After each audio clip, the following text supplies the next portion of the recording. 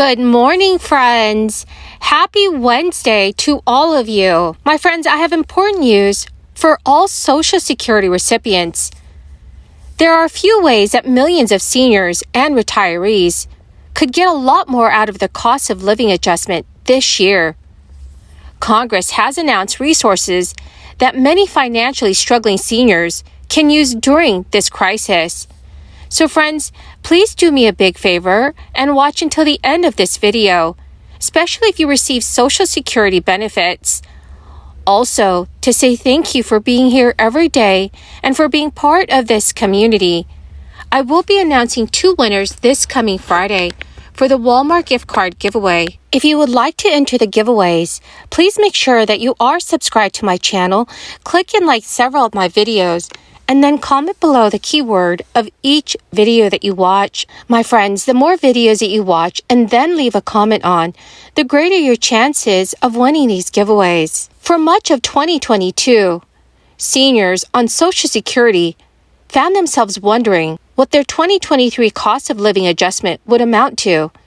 And in October of last year, they received an answer. So based on the third quarter data from the CPIW, it was determined that Social Security benefits would be rising 8.7% in 2023. The purpose of COLAs is to help Social Security recipients maintain buying power as the cost of living rises. So those COLAs are tied directly to inflation. Last year, Social Security benefits rose 5.9% at the start of the year, but the rate of inflation far surpassed that raise, leaving seniors in a very tough financial spot. In December, the CPIW rose 6.3% on an annual basis. So now, to be clear, that is a significant jump. But when we compare 6.3% to the 8.7% COLA that seniors are receiving, we can clearly see that 2023's raise is outpacing inflation so far. What's just as important is the fact that the pace of inflation has cooled steadily since Social Security's 2023 COLA was announced back in October. And part of the reason for that could stem from the Federal Reserve's interest rate policies. The Fed pushed a series of aggressive interest rate hikes through 2022 in an effort to cause a modest pullback in consumer spending. The whole reason inflation has been so rampant is that demand for consumer goods and services has exceeded supply. The Fed is hoping to achieve a soft landing with its interest rate policies, meaning it wants consumer spending to decline enough to cool inflation, but not so much to spur a recession. Whether the strategy works is yet to be determined. But either way, it's fair to say that the pace of inflation has slowed down.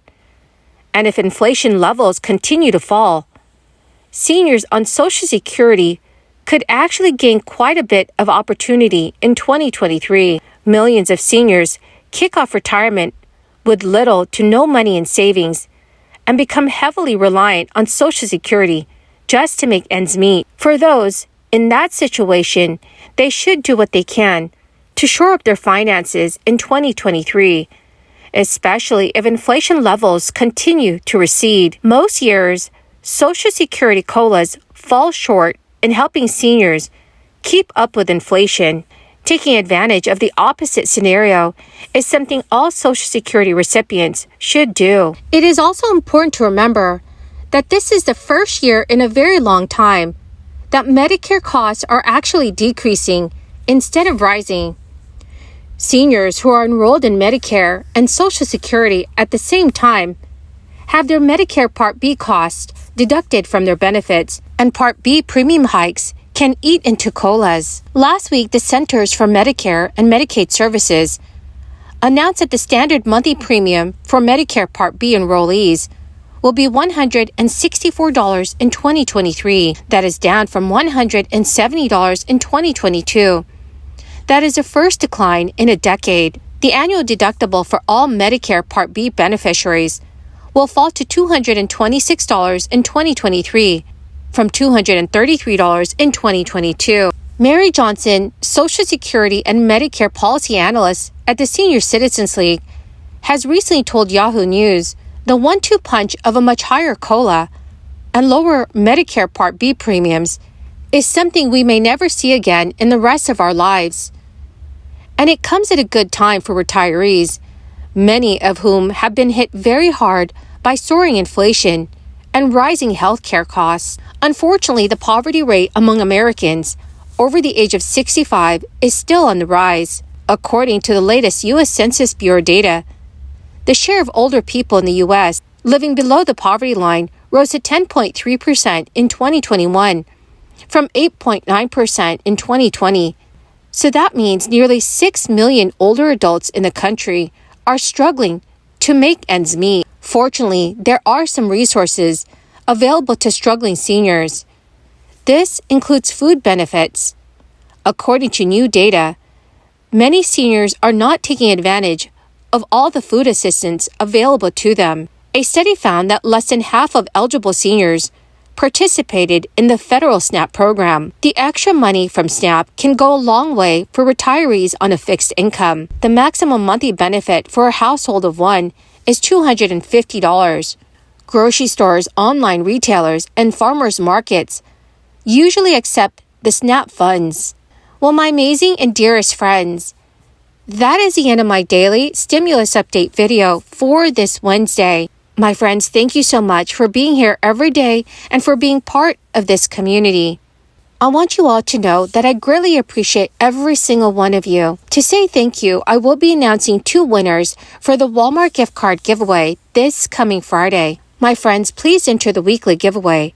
All you have to do is click and like several of my videos, and then comment below the keyword of each video that you watch. The more videos that you watch and then leave a keyword on, the greater your chances, friends, of winning these giveaways.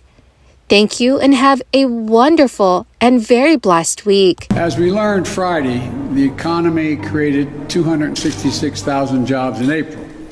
In fact, altogether, since the time we took office, we've created more than 1.5 million jobs in the country. It's the most jobs created in the first 100 days of any president on record. More than 3 times the solid job creation that President Carter saw in his first 100 days, and more than 6 times what President Reagan saw. In the 3 months before I got here, our country was creating roughly 60,000 jobs a month. In the 3 months since we've gotten here, we've been creating 500, on average 500,000 jobs per month.